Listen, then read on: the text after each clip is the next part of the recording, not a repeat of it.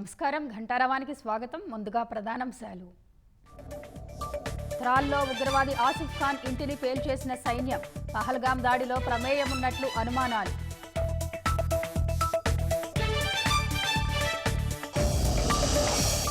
LOC వద్ద పాకిస్తాన్ సైనికుల కాల్పులు. సమర్థంగా తిప్పికొట్టిన భారత్ సైన్యం.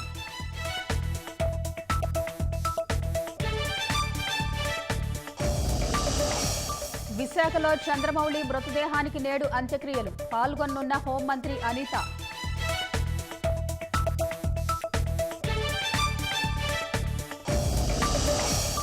నేడు ఢిల్లీకి సీఎం. ప్రధాని మోదీతో భేటీ.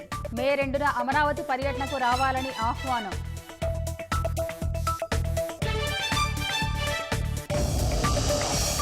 కుమారుడు 10 పాస్ అవ్వలేదని తల్లి మనస్తాపం. కర్నూలులో ఇంట్లో ఉరివేసుకుని బలవన్మరణం.